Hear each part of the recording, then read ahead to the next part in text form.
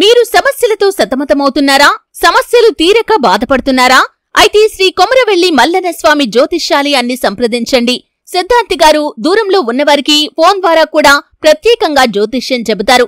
జీవితంలో అనుకున్న పనులు కాకపోవటం, ప్రేమ సమస్యలు, భార్యాభర్తల సమస్యలు, కుటుంబ సమస్యలు, డబ్బు సమస్యలు, వ్యాపారంలో నష్టం రావటం, వ్యవసాయ సమస్యలు, ఆరోగ్య సమస్యలు, ఇంకా ఎటువంటి తీరని సమస్యలు ఉన్నా కొమరవెల్లి మల్లన్న స్వామి ఆశీస్సులతో పూజలు చేయబడును.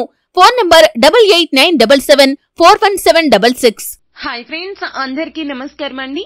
తులారాశి వారి జాతకులు జనవరి మాసం 1వ తేదీ 2025 సంవత్సరాన ఈ చెట్టు దగ్గర మీకు కోట్ల రూపాయల ఖజానా లభించబోతోంది. అపార కుబేరులు కాబోతున్నారు ఈ రాశి జాతకులు. ఒక్కసారి ఈ వీడియోని చూస్తే మేము ఏం చెప్పబోతున్నామో మీకు అర్థమవుతుంది. మీరు అపార ధనవంతులు కాబోతున్నారు. జనవరి మాసం 1వ తేదీన ఇలాగే జరగబోతుంది. అలాగే ఈ చెట్టు దగ్గరకు వెళ్లి మీరు ఈ పరిహారం చేయడం రీత్యాన్ని కోట్ల ఖజానా మీ సొంతమవుతుంది. ఆర్థిక పురోగతి సాధిస్తారు. లక్ష్మీదేవి యొక్క అనుగ్రహాన్ని పొందుకుంటారు. అలాగే మీకు 2025 సంవత్సరంలో మీ జీవితంలో ఏం జరగబోతుందో కూడా సవివరాలు ఈ వీడియోలో తెలుసుకుందాము. వీడియో మీకు నచ్చినట్లయితే లైక్ చేయండి. మీ లైక్ మాకెంతో సపోర్ట్ అండ్ ఎంకరేజ్మెంట్ గా ఉంటుంది. ఇక ఆలస్యం చేయకుండా వీడియోలోకి వచ్చేద్దాం. అతి త్వరలో మనము 2025 సంవత్సరంలోకి అడుగు పెట్టబోతున్నాం. కొత్త సంవత్సరంలో మనకు ఎటువంటి ఫలితాలు ఉంటాయి అనే ఆతృత ప్రతి ఒక్కరిలో ఉంటుంది. అయితే తులారాశి వారి యొక్క జీవితంలో కూడా కీలకమైన మార్పులు కనిపిస్తున్నాయి. ఎందుకంటే గనక ఒక వ్యక్తి జాతకం మీద గ్రహాల స్థాన చలన మార్పుల్లో తీవ్రంగా ప్రభావాన్ని చూపిస్తాయి. గ్రహాలు రాశిని మార్చినప్పుడల్లా వాటి సానుకూల ప్రతికూల ప్రభావాలు అన్ని రాశుల మీద కనిపిస్తాయి. అయితే నూతన సంవత్సరం తొలి మాసం జనవరి నెలలో కొన్ని ప్రధాన గ్రహాలు రాశులను మార్చుకుంటాయి. జనవరిలో బుధుడు, శుక్రుడు, కుజుడు, శని, సూర్యుడు తమ రాశి చక్రాలు మార్చుకుంటారు. అన్నింటిలో మొదటిది గ్రహాల రాకుమారుడు బుధుడు. జనవరి 4వ తేదీన ధనుసు రాశిలోకి వెళ్తాడు. అలాగే జనవరిలో శుక్రుడు మీన రాశిలోకి ప్రవేశిస్తాడు. ఈ గ్రహాల్లో శని గురించి మనం ప్రత్యేకించి చెప్పాలి.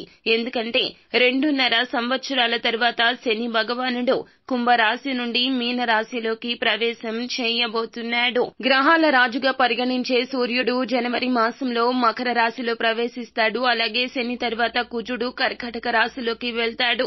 ఈ మార్పులు అనేక రాశి చక్ర గుర్తులను ప్రభావితం చేస్తాయి. అయితే ముఖ్యంగా ఈ రాశి వారు లాభదాయకమైన ఫలితాలు పొందుకుంటారు. మీ యొక్క జీవితంలో ఊహించని పురోగతి కనిపిస్తుంది. కానీ మీరు ఒక చిన్న పరిహారాన్ని జనవరి మాసం 1వ తేదీన చేసుకోవాలి. ఎందుకంటే గనక సంవత్సరం ఈ రోజుతో మొదలవుతోంది. నూతన సంవత్సరంలోకి ఈ రోజే మీరు అడుగిడబోతున్నారు. ఈ రోజున మీరు చేసే పరిహారం మూలంగా మీ యొక్క జీవితంలో మీరు అనేక రకాల లాభాలు పొందుకునే అవకాశాలున్నాయి. కాబట్టి ఖచ్చితంగా ఈ చిన్న పరిహారం ఇప్పుడు చెప్పినట్లుగా చేసుకోండి. ఒక చెట్టు దగ్గరకు వెళ్లి ఈ చిన్న పరిహారం చేయడం వల్ల మీరు అపర ధనవంతులు కావడం ఖాయమని చెప్పాలి. జీవితంలో ఉన్న చిన్న చిన్న ఒడిదుడుకులు ఉన్నాయి కదండి, అన్ని అంశాలు కూడా అనుకూలంగా ఉన్నా కాస్త ఇబ్బందులు కూడా ఉన్నాయి. మిశ్రమంగా కనిపిస్తుంది. మీరు ఈ చెట్టు దగ్గర పరిహారం చేయడం ద్వారా ఆర్థిక పురోగతి లభిస్తుంది. అలాగే మీకు ఉన్న సమస్యలు కూడాను అధిగమించగలుగుతారు. ఆర్థిక పరంగా అద్భుత ఫలితాలు పొందుకుంటారు. వంశపారంపర్యంగా మీకు దక్కాల్సిన ఆస్తులు కోర్టు కేసుల్లో కానీ వివాదాల్లో కానీ ఉన్నాయా, వాటిని దక్కించుకోవడంలో మీరు చాలా కాలంగా చేస్తున్న ప్రయత్నాలు విఫలం అవుతున్నాయా?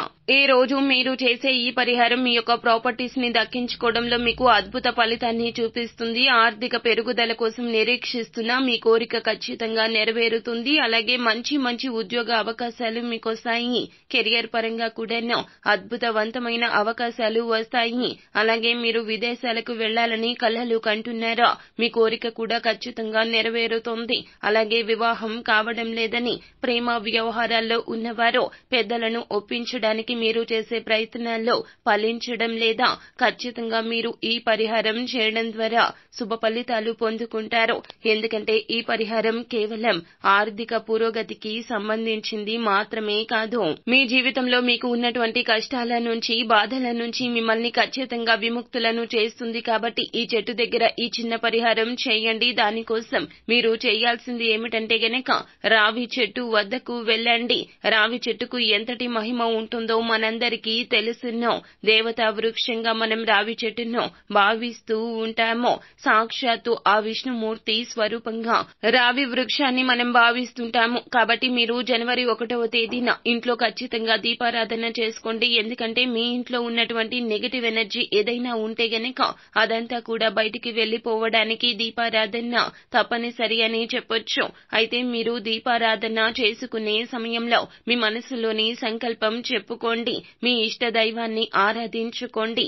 పరమశివునికి కూడా నమస్కరించుకోండి. లక్ష్మీదేవి పటం ముందు ఎరుపు రంగు మందార పుష్పాన్ని ఉంచండి. ఈ విధంగా చేయడం రీత్యా మీ యొక్క జీవితంలో ఆర్థిక పురోగతికి సంబంధించినటువంటి ప్రతి అంశంలో కూడా మీరు సక్సెస్ ను సాధించగలుగుతారు. ఆ తర్వాత రావి వృక్షం వద్దకు వెళ్ళండి. మీరు ఒక గ్లాస్ తో కావచ్చు, చిన్న చెంబుతో కావచ్చు, పాలను తీసుకుని వెళ్ళండి. ఎందుకంటే రావి వృక్షానికి మనం పాలు పోస్తే గనక మనం పాలతో ఆ విష్ణుమూర్తిని అలాగే సకల దేవతలను అభిషేకం చేసినట్లే. కాబట్టి రావి వృక్షం వద్దకు పాలు తీసుకుని వెళ్ళండి. అంటే ఎక్కువ మోతాదులో అవసరం లేదండి. ఒక చిన్న గ్లాస్ తో అయినా, చిన్న చెంబుతో అయినా సరే. రాగి చెంబులో మాత్రం తీసుకుని వెళ్ళొద్దు. ఎందుకంటే రాగి చెంబులో పోసిన పాలు విషతుల్యంగా మారతాయి. స్టీల్ చెంబులో తీసుకుని వెళ్ళండి.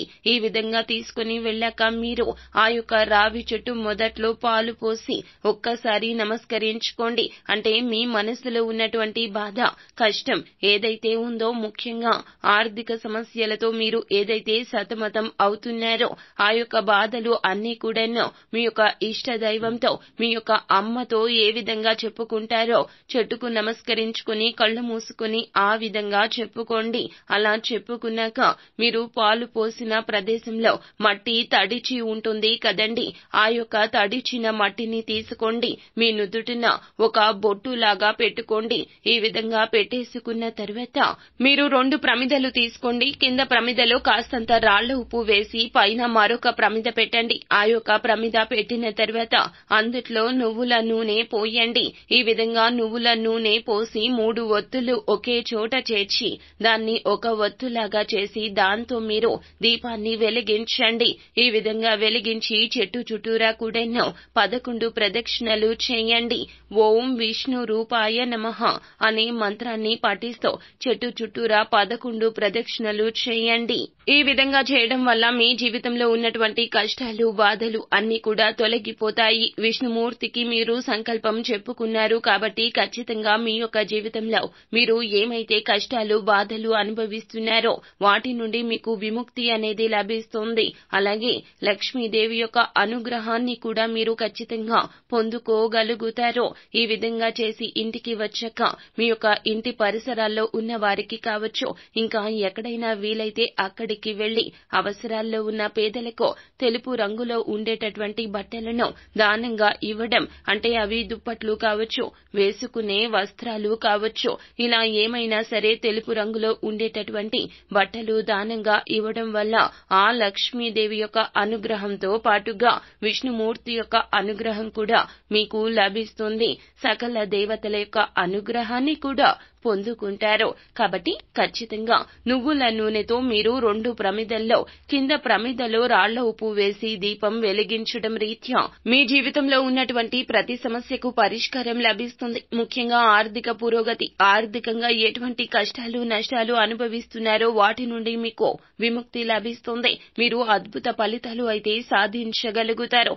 ఇంతకు ముందు డబ్బు అప్పుగా తీసుకునే స్థాయిలో ఉన్న మీరు ఇప్పుడు డబ్బు ఒకరికి సహాయం చేసే స్థితిలోకి వస్తారో అంతగా మీ యొక్క జీవితంలో ఆర్థిక వృద్ధిని అయితే చూస్తారో, మీ యొక్క జీవితంలో ఏదైతే కోరికలు బలంగా కలిగి ఉన్నారో అవి నెరవేరుతాయి. వంశ పారంపర్యంగా దక్కాల్సిన ఆస్తులు దక్కుతాయి. అలాగే మీ యొక్క జీవితంలో ఇదివరకు ఎటువంటి కష్టాలు బాధలు అయితే అనుభవిస్తూ వస్తున్నారో వాటి నుండి కూడా ఖచ్చితంగా మీరు విముక్తిని పొందుకుంటారు. కాబట్టి ఖచ్చితంగా తులారాశి వ్యక్తులు జనవరి 1వ తేదీన నూతన సంవత్సరం మొదలైన రోజు ఈ చిన్న పరిహారం చేసుకోండి. దీనికోసం ఎక్కువగా డబ్బు కూడా ఖర్చు చేయాల్సిన పని లేదు.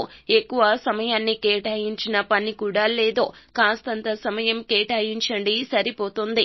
ఖచ్చితంగా సకల దేవతల యొక్క అనుగ్రహంతో మీ జీవితంలో ఉన్న ప్రతి కష్టము నష్టము దూరమైపోతాయి. సో ఫ్రెండ్స్, చూశారు కదా, ఈ వీడియో గనక మీకు నచ్చినట్లయితే లైక్ చేయండి. మరిన్ని వీడియోస్ కోసం మా ఛానల్ ని సబ్స్క్రైబ్ చేసుకుని ఫాలో అవ్వండి. Thank you.